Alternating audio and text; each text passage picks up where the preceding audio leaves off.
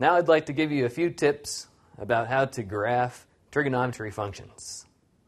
The first thing to keep in mind is to have memorized your basic trigonometry functions, sine and cosine. Here's a picture of sine of theta. Theta is the angle here, and theta is going to be in radians. The picture of sine is this green curve, which repeats itself every length of 2 pi.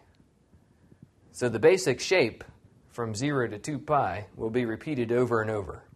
That's the period of sine, 2 pi. The amplitude of sine refers to how high that curve reaches from its center point. Here the amplitude of sine is 1. It goes up to positive 1. That's the highest it ever gets, and down to negative 1. The highest point first occurs at theta equals pi over 2. Cosine of theta is very similar. It also has a period of 2 pi. It repeats this basic shape, which you see from theta equals 0 to 2 pi. It starts at positive 1, down to negative 1, and back up to positive 1. Again, the amplitude is 1, since that's the highest point it reaches. And it goes through 0 at pi over 2 and 3 pi over 2. Now, suppose your job is to graph something a little more complicated. For instance, this function. The function of theta, f of theta, is equal to 1 plus 3 times the sine of theta divided by 2. My favorite way to do this is to start out by recognizing the basic trigonometry function and just drawing a picture of that. Draw as much of it as you want, but at least one period of it. Now that we have a good picture of the basic shape of sine, I need to figure out how long it takes to complete that shape. I need to find out the new period. This depends on what's happening to theta inside of the sine function. Since that inside of the sine function theta is divided by 2, I know that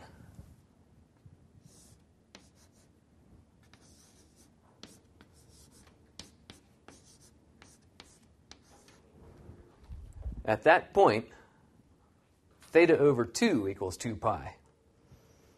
Therefore, theta must actually be equal to 4 pi. All right, now, step 3 is to find the amplitude of our more complicated trigonometry function. For that, we look at whatever is multiplying the sine function. Since this part is multiplied by 3, we know that our amplitude is going to be 3. Same for the distance from the center line to the lowest point of the new trig function. In the fourth step, we find the translation that has occurred in passing from our original sine function to this new sine function. There may be both vertical and horizontal translation. The vertical translation occurs when a constant is added outside of the sine function. That's why I started out with a dotted line here. I wasn't sure which exact height that was going to be. But now, by looking at my function, I know this should be at 1 on the vertical axis. Finally, I need to put this information together. To do that, I'm going to carefully label the axes of my graph. And now I can see that the highest point that my graph reaches is actually 4. The lowest point that it reaches is actually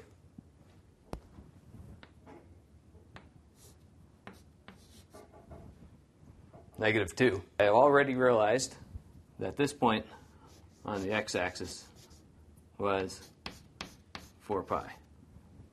Here's the final result. You may need several drawings in order to make your picture as perfect as you'd like.